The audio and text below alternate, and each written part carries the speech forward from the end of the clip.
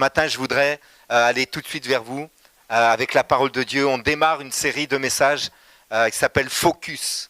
Vous savez qu'on est, en tant qu'Église, on cale notre projet d'Église, nos activités, notre vision sur le calendrier scolaire. C'est comme ça qu'on fonctionne, c'est beaucoup plus pratique. Donc, on redémarre une nouvelle saison et c'est terminé les vacances, les cocotiers, les plages. Ça y est, maintenant c'est le boulot. Il n'y a peut-être pas grand-chose qui va changer. Vous allez vous lever à la même heure, vous allez faire le même trajet pour aller au travail, vous allez voir les mêmes personnes. Et peut-être ce qui va changer, c'est qu'elles vont se teindre les cheveux d'une couleur différente durant l'année. Waouh! Tu t'es passé de brun à roux. Comment ça se fait? L'Oréal est passé par là. Et le reste, ça va être comme d'habitude. Mais je crois, et on croit ensemble, qu'il y a quelque chose de bon qui nous attend chaque dimanche et chaque jour de la semaine ici en tant que croyants. On est juste bénis de pouvoir vivre notre vie avec le Seigneur. Amen. Il n'est pas le Dieu de la routine. Il est celui qui rafraîchit toujours notre cœur. Amen. Et Dieu a quelque chose de frais pour vous. Alors l'objectif de cette série de messages, c'est quoi? C'est juste de se focaliser de nouveau sur ce qui est essentiel à la vie chrétienne. Et mon premier focus pour cette rentrée scolaire, c'est de vous parler de la communion. Focus, hashtag communion. Il est où, Benoît? Moi aussi, je mets des hashtags. Hein. Je l'ai vu, c'était hashtag unité pour l'équipe louange de samedi. Et nous, c'est hashtag communion. Alors, c'est tellement important. Tellement important, la communion fraternelle. Voilà comment le dictionnaire définit la communion. Être en union spirituelle ou affective. Ce n'est pas le dictionnaire biblique, hein. C'est le dictionnaire. Être en communion, c'est être en union spirituelle ou affective avec d'autres personnes. Combien savent que c'est ça la communion dans l'Église? Être en union spirituelle et affective. Parce que ça passe par les deux. Ça passe par là. C'est partager une condition, un sentiment. C'est ça la communion selon le dictionnaire. Et nous partageons tous, ici dans ce lieu, nous qui sommes croyants, qui avons fait la paix avec Dieu par Jésus-Christ notre Seigneur, nous partageons tous la même condition. Nous sommes tous enfants de Dieu, nés par l'Esprit de Dieu. Quelqu'un dit Amen à ça. Il n'y a pas de distinction de personne. Il n'y a pas de classe. Il n'y a pas de position plus ou moins élevée. Il n'y a que des charges et des responsabilités peut-être différentes. Mais nous sommes tous au même niveau devant Dieu. On a tous la même condition. Et c'est pour ça que nous partageons la même communion. Partager une condition, partager un sentiment. Alors je suis allé chercher les synonymes. Et on trouve deux types de synonymes. Le premier, c'est accord.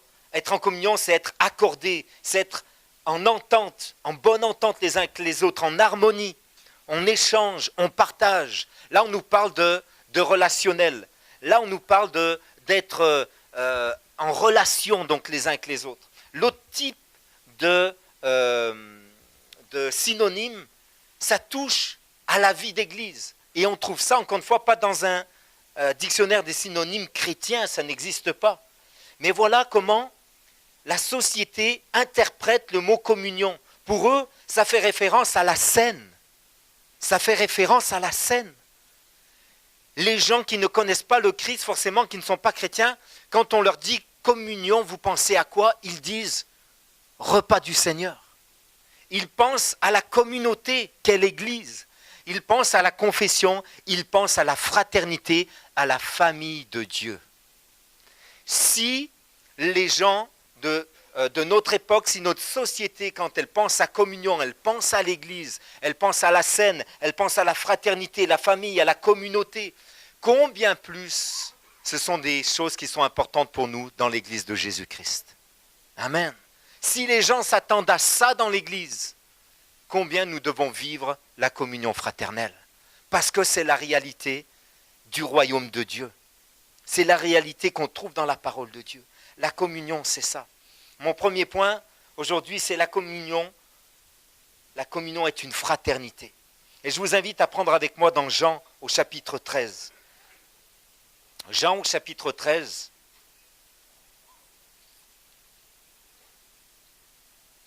au verset 33 à 38. Si vous avez votre Bible, s'il vous plaît, prenez-la avec moi.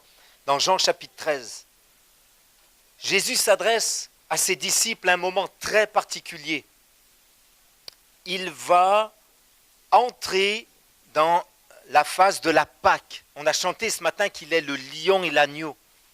Ici, dans la partie de l'histoire de Jésus, il est l'agneau. L'agneau dont prophétisait le prophète Ésaïe, qu'on mène à la boucherie comme une brebis muette.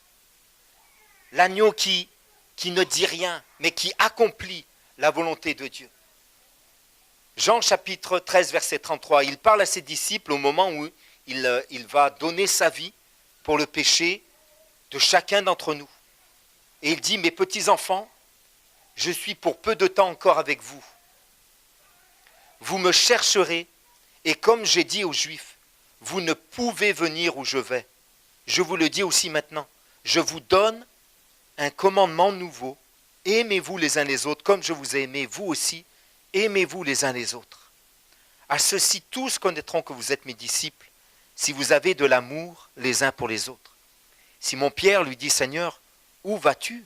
Jésus répondit, tu ne peux pas maintenant me suivre où je vais, mais tu me suivras plus tard.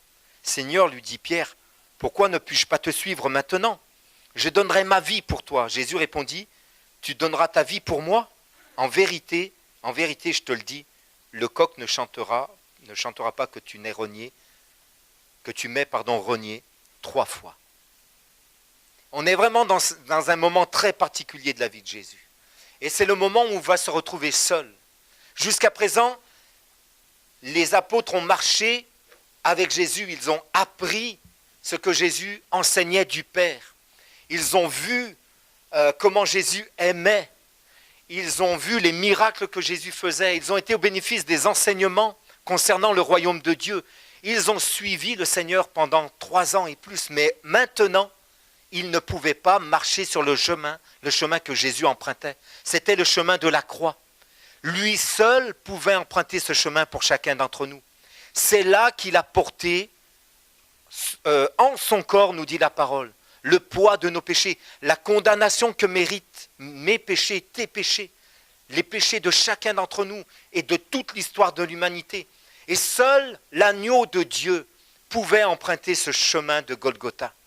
Les Juifs ne pouvaient pas, les disciples ne pouvaient pas. Seul l'agneau de Dieu pouvait.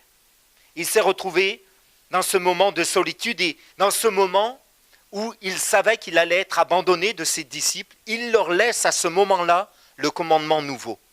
C'est la première fois dans l'évangile de Jean où on trouve cette parole. Je vous laisse un commandement nouveau, aimez-vous les uns les autres. Et c'est juste intéressant. Il a fait bien sûr référence à l'amour à d'autres moments, mais là il laisse le commandement nouveau. Et c'est important qu'on comprenne que Jésus choisit le moment le plus difficile pour les disciples, le plus délicat, pour leur dire de s'aimer les uns les autres. C'est le moment où tout aurait pu basculer, mais du mauvais côté. Tout aurait pu s'arrêter. Lorsque Pierre renie le Seigneur, ça aurait pu s'arrêter pour lui. Lorsque les autres fuient devant le Seigneur, ils auraient pu être submergés par la culpabilité et la honte. Ça aurait pu s'arrêter. Mais Jésus leur a dit, aimez-vous les uns les autres. Et l'amour a fait qu'ils se sont pardonnés réciproquement. Qui, parmi les disciples, pouvait juger l'autre? Peut-être le seul qui aurait pu, de loin, ça aurait été Jean qui était au pied de la croix. Mais Jean n'a pas condamné les autres. Pierre n'a pas condamné les autres. André n'a pas condamné les autres. Ils étaient tous auteurs de la même faute, j'allais dire, celle d'avoir abandonné le Seigneur au moment où il avait peut-être le plus besoin d'eux. Mais Jésus leur a dit, vous ne pouvez pas emprunter ce chemin. Ce qui compte ici pour nous, c'est que Jésus a consolidé la relation entre les disciples au moment le plus critique, en leur rappelant, aimez-vous les uns les autres. L'amour, c'est la puissance qui va faire que nos relations vont endurer toutes les épreuves. Êtes-vous d'accord avec ça? S'aimer, c'est pardonner les faiblesses les uns des autres. S'aimer, c'est se supporter. S'aimer, c'est s'encourager à tenir bon. S'aimer, c'est partager une condition, un sentiment. S'aimer, c'est être en union spirituelle et affective les uns avec les autres. S'aimer, c'est s'accorder, c'est s'entendre, s'harmoniser. S'aimer, c'est travailler pour le bien de la communion, de la communauté. S'aimer, c'est reconnaître qu'on est des frères et des sœurs dans la foi. Amen. On est tous frères et sœurs dans la foi. Et on est appelés à s'aimer. Avant, on avait cette habitude, je ne sais pas, plusieurs ont connu ça, on s'appelait frères et sœurs. Bonjour frère. Bonjour frère. Vous avez connu ça, peut-être quelques-uns. Hein? Vu de l'extérieur, ça fait un peu bizarre. Hein? Quand mon père m'entendait parler à un autre chrétien, il l'appelait frère. Une fois, il m'a attrapé à la maison, il me dit, c'est quoi ton délire là? Tes frères et sœurs, ils sont là, ils sont à la maison. Qu'est-ce que tu appelles les autres frères? Il ne comprend pas en fait, hein, c'est difficile. La réalité, c'est que nous sommes frères et sœurs en Jésus-Christ. Nous avons le même Père qui est dans le ciel. Et nous nous aimons de la part du Seigneur, les uns les autres. Amen. La fraternité, c'est tellement quelque chose de fort, tellement quelque chose d'important. Je suis très heureux d'accueillir mon beau-frère Asdin. Salut Asdin. Et on a vécu quelque chose concernant la fraternité ensemble. C'est un ami de longue date. On s'est aimé l'un l'autre, on s'est encouragé au moment où on était tout jeunes croyants, tout jeunes convertis. Moi je traversais certaines difficultés, lui des beaucoup plus grandes que moi. Il est algérien d'origine et il a rencontré le Seigneur. Et il a vécu un déchirement dans sa famille à cause de la foi en Jésus-Christ. Il a été rejeté, abandonné par sa famille. Mais dans l'église, il avait trouvé une autre famille. Amen. Et tout le sens d'être frère et sœur, il était dans l'église pour lui. Ça s'est amélioré dans le temps. Ils ont reconnu la sagesse de la foi chrétienne et il y a eu une réconciliation des années plus tard au sein de la famille. Mais pendant de longues années, ça a été très difficile pour lui. Et on a traversé un épisode particulier. On était entre les 2 années d'école biblique. J'avais besoin de travailler l'été. Et Asdin, c'est bien plus le cas. Enfin, c'est plus le cas depuis bien longtemps, mais à cette époque, il a traversé une période de chômage. C'était difficile. Je ne sais pas si tu te rappelles. Et on s'est retrouvés en Haute-Loire, en train de couler une dalle, de faire une terrasse. Un chrétien de l'église qui avait une maison de famille en Haute-Loire savait que j'avais besoin de travailler. Et il m'a dit hey, j'ai un travail pour toi, t'es maçon. Enfin, maçon, si on veut, ouais. Enfin, j'ai vu faire des fois. Je crois savoir comment on fait un peu de béton. Et il faut faire une terrasse et tout. Si tu as quelqu'un qui peut venir t'aider, tout de suite j'ai pensé à Asdin. Donc on est arrivé. Et puis voilà, on était là. C'était particulier, on était loin de la famille. Il traversait un moment difficile. S'il acceptait un tel job, ce n'était pas un projet de vie. C'était pour dépanner, pour nourrir. Tu avais 2 enfants peut-être à l'époque déjà. C'est difficile de faire un petit job comme ça, de vivre des temps particuliers. Puis moi je suis là, je bataille, je ne sais pas trop comment faire, mais on va le faire, quoi. On a besoin de ça. Le frère, en fait, il nous aide. Hein. Le papy, il était très gentil. Hein. Très gentil. Et puis, les tensions, la situation, les difficultés font qu'à un moment donné, on se prend la tête. Ça arrive entre frères. Non? Priez pour nous, pauvres pécheurs. On se prend la tête et on est là, mais c'est ridicule, hein, mais c'est la tension, c'est les difficultés, c'est la situation. C'est rien d'autre que ça, en réalité. Mais on est là, on mange le soir, on se fait la tête. Et puis, comment il s'appelle le frère Ouais, t'avais oublié. Hein. Le dimanche matin, le frère qui nous donne le travail nous amène dans une église, Monsieur Martinez.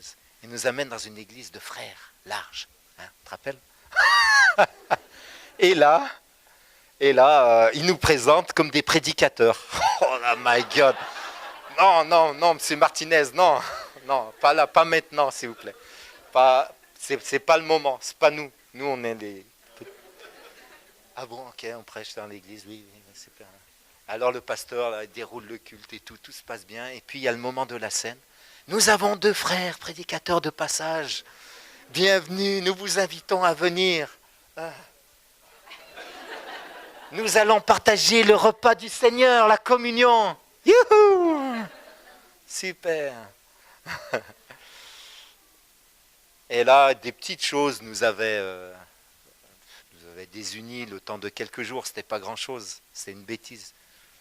Mais comment ne pas se réconcilier devant le symbole de celui qui nous a aimés? Devant le pain, devant le vin. Voilà, s'est pris dans les bras, on a pleuré, comme des petits gamins qu'on était, de 24 ans. On s'est réconciliés à la table du Seigneur. C'était pas possible d'être là, devant l'église, et de prendre le repas sans se réconcilier. Vous comprenez ça? C'est la communion. On va partager dans un instant la communion du Seigneur ensemble. Je veux qu'on réalise ce matin, pour cette année qui arrive, que nous sommes frères et sœurs dans le Seigneur Jésus. Amen. Les liens qui nous unissent sont beaucoup plus forts que ce qui peut nous diviser. Beaucoup plus fort. Ce qui va nous permettre de rester dans la communion, c'est parce que nous sommes attachés à Christ. C'est parce que nous partageons la même foi. Parce que nous sommes au bénéfice de la même grâce. Celle de l'amour de Dieu pour chacun d'entre nous.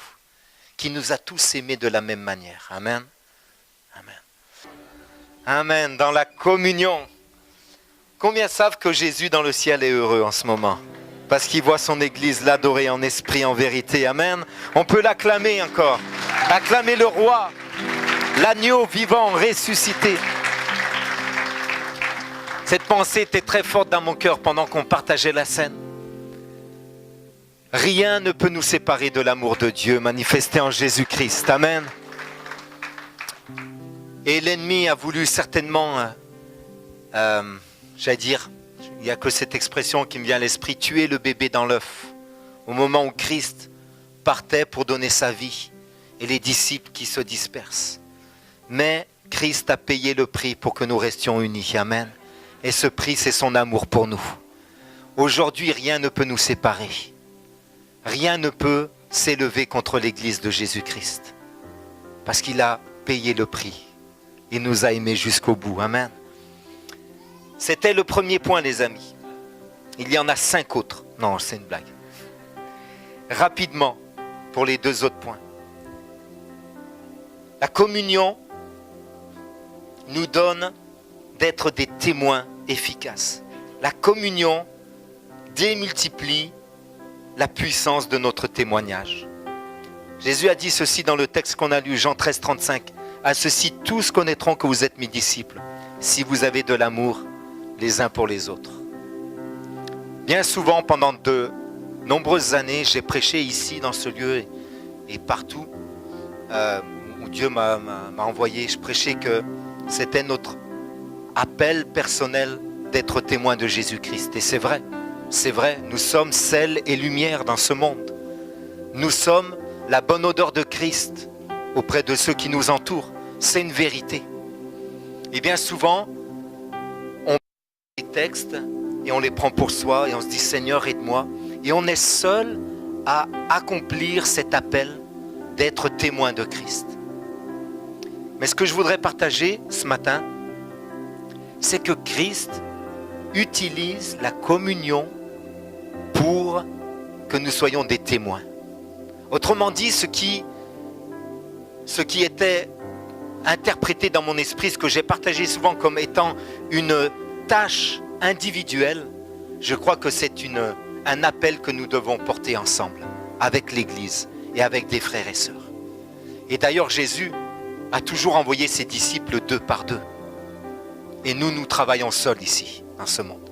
Seuls peut-être au travail, parce que notre contexte fait qu'on est peut-être le seul chrétien. Mais on a besoin de partager cet appel avec d'autres croyants et de s'encourager les uns les autres pour être des témoins de Christ. Au moins dans la prière, au moins dans l'encouragement.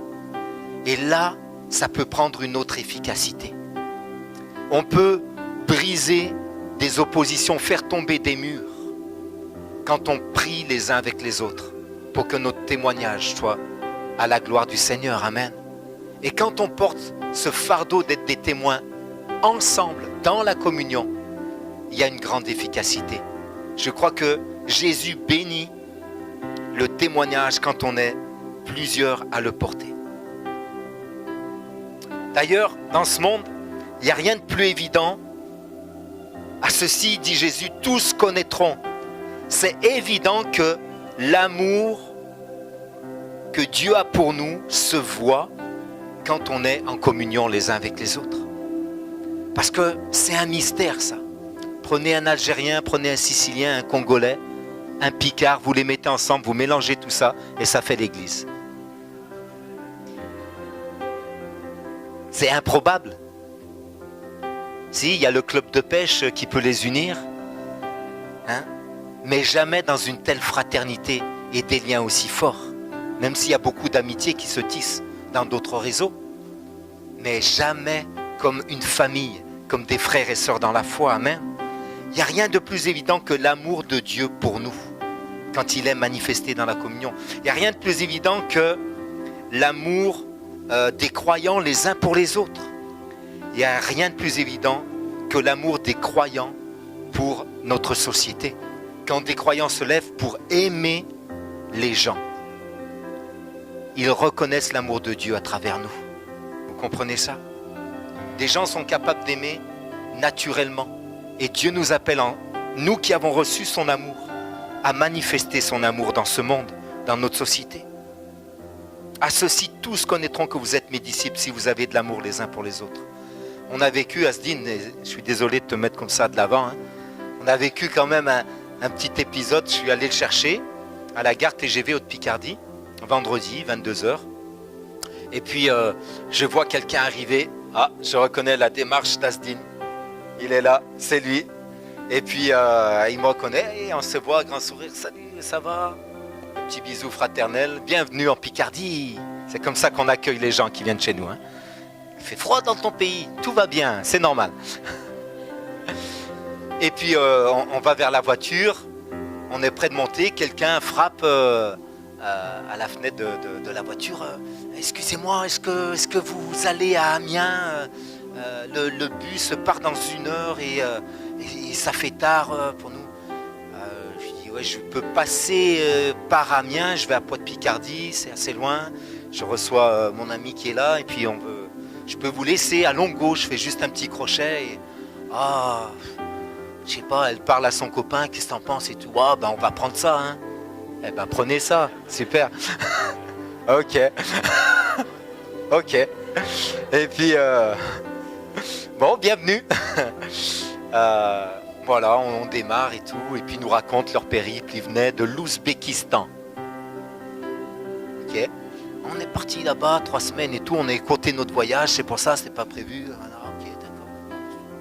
Ça alors, on se met à discuter. Et puis ils posent la question à Zine. Et puis, vous venez en vacances à Amiens? Moi, je viens me reposer chez mon beau-frère. Il est pasteur. Ok, super. Ah bon, un pasteur? Photo? Un pasteur. Des gens. Oui? Ah, j'en ai jamais vu. Voilà, c'est fait. Ça arrive régulièrement. Ok, d'accord, super. Et puis là, s'engage la discussion, bien sûr. Et puis, forcément, on se met à témoigner et à parler de l'amour du Père. Et à parler des liens qui nous unissent, qui sont forts parce qu'on est frères dans la foi. Et on est arrivé comme ça à témoigner. Puis finalement, je ne les ai pas laissés à la bretelle. On est allé un peu plus loin, bien sûr, en centre-ville.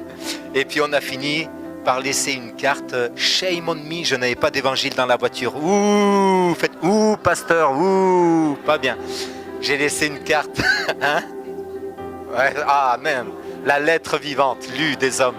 Ah, t'as fait l'école biblique, toi. Je laisse une carte du Top Chrétien, connaîtredieu.com, et puis on est dehors et on prie pour eux. Et on les bénit au nom de Jésus. On est juste un maillon et on croit que Dieu va les bénir. Amen. On est juste un maillon. Le lendemain, voilà, en fait, il nous amène manger, la réalité. Shopping promenade. Waouh, regarde comme c'est beau, Amiens. On était tout fiers de lui montrer shopping promenade. Et puis on a passé un bon moment et Asdine aime beaucoup les fruits. En se baladant, on voit un primeur. Et puis, voilà que la vendeuse, elle est algérienne. Et là, il reconnaît le type. Et il se met à lui parler arabe. Et là, c'est parti. Nanana, et tout.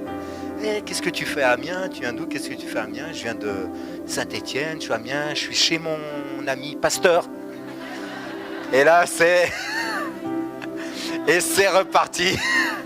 Et on est reparti pour une demi-heure, et tant mieux. Et on est là, les clients viennent, ils sortent, et tout, heureusement, elle avait voilà, son employé qui était là, qui s'occupait du magasin, et on partage l'évangile, on prêche l'évangile. On n'a pas prié pour elle, mais je lui ai laissé ma carte. Et vous avez mission d'aller à shopping promenade au primeur, témoigner, dire « Je suis de l'église de Tony, venez à l'église !» Je crois qu'il y a une grande efficacité dans la communion. Amen. Les gens voient. Et ce que j'ai oublié de vous dire qui était important, c'était quand même étonnant. Je me suis noté dans un coin de ma tête pour les mauvais jours. C'est que quand elle a su, voilà, qu'on était chrétien, c'est ce qu'on a pris en autostop, elle a dit « Ah, c'est pour ça que je suis venu vers vous. »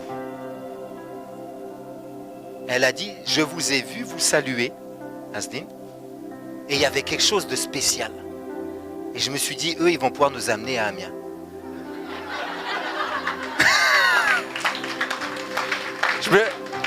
Et là, je me dis, c'était peut-être écrit taxi, ici, je sais pas. Ou pas. Et quand on a discuté, elle a dit, là j'ai noté, tu permets, c'est pour les mauvais jours, j'ai dit, il y avait quelque chose de lumineux. De lumineux. Ah.